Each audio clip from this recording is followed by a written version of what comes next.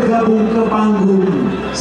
Desa Gunung Putri sukses mengharumkan nama Kabupaten Bogor dalam ajang Anugerah Gapura Sri Baduga yang merupakan program evaluasi dan penghargaan dari pemerintah Provinsi Jawa Barat bagi desa dan kelurahan berkinerja terbaik.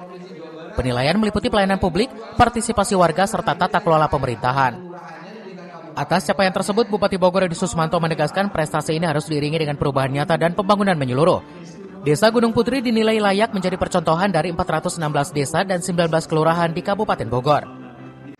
Pertama berawal saya itu ada keinginan besar ingin mengucapkan terima kasih atas apresiasi dukungan Bupati Bogor pada saat acara evaluasi kinerja pemerintah desa tingkat Provinsi Jawa Barat.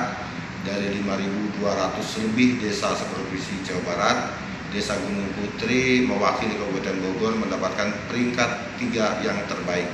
Jadi awalnya mengucapkan terima kasih dan memperkenalkan tim inti dari pemerintah Desa Gunung Putri dan Kecamatan Gunung Putri.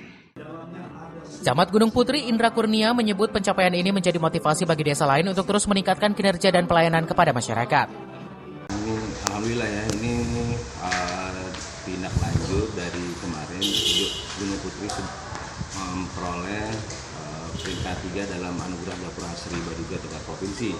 Jadi ini apresiasi dari Pak Bupati Bapak Edi Susmanto kepada Desa Gunung Putri. Gitu.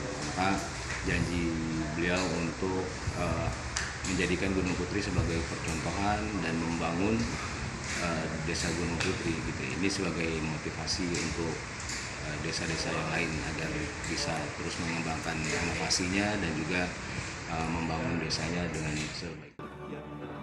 Selain berprestasi di tingkat provinsi, Desa Gunung Putri juga dikenal melalui program Desa Bersinar dalam upaya pencegahan penyalahgunaan narkoba berbasis masyarakat. Program ini bahkan menarik perhatian delegasi internasional untuk studi banding. Dari Gunung Putri, Kabupaten Bogor, Edi Junaidi melaporkan.